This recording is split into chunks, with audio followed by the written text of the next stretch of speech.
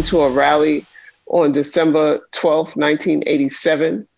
And like a lot of people go to church and get saved, I went to that rally and I guess as young people say, got woke. I committed myself to doing something different, committed myself to organizing around police brutality, around miseducation, around the disparities that we existed in our community. Every single thing in this world is interconnected.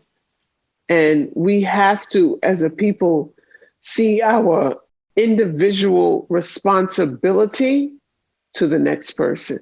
A lot of how I think about activism is understanding that before Freedom March NYC, there was the Student Nonviolent Coordinating Committee, right? Before there was Freedom Summer 2020, there was Freedom Summer in the 1960s, right? And so there's this interconnectedness, and I think there's this ongoing conversation. But what happens is that when we divide generations, we lose information, we lose history. And so it's really important that we make sure that we have these conversations, that we're continuing to build community, because within and of doing that, right, essentially is pushing back against the narratives and the systems that ultimately want us dismantled in the first place. Well, I know that I am here as a vessel. I'm here as a shoulder to stand on. You know, I definitely want to be used more in terms, because I have a wealth of knowledge on organizing and building movements and longevity. There's also something to be said about just making sure that you're consistently leaning into community, because you cannot do this work alone. You cannot carry movements alone.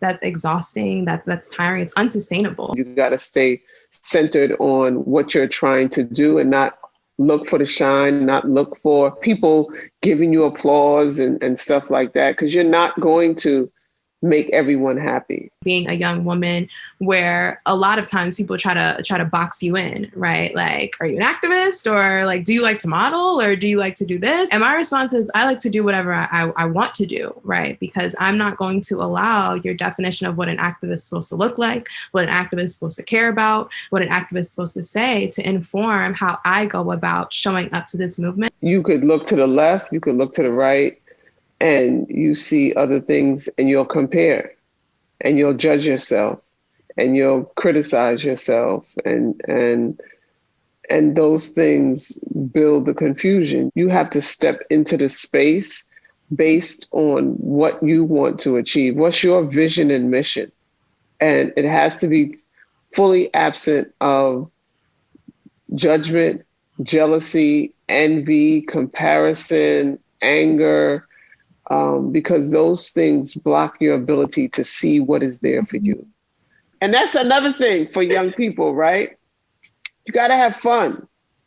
You got to have fun. If you're just working and not having fun, then you miss the opportunity to live.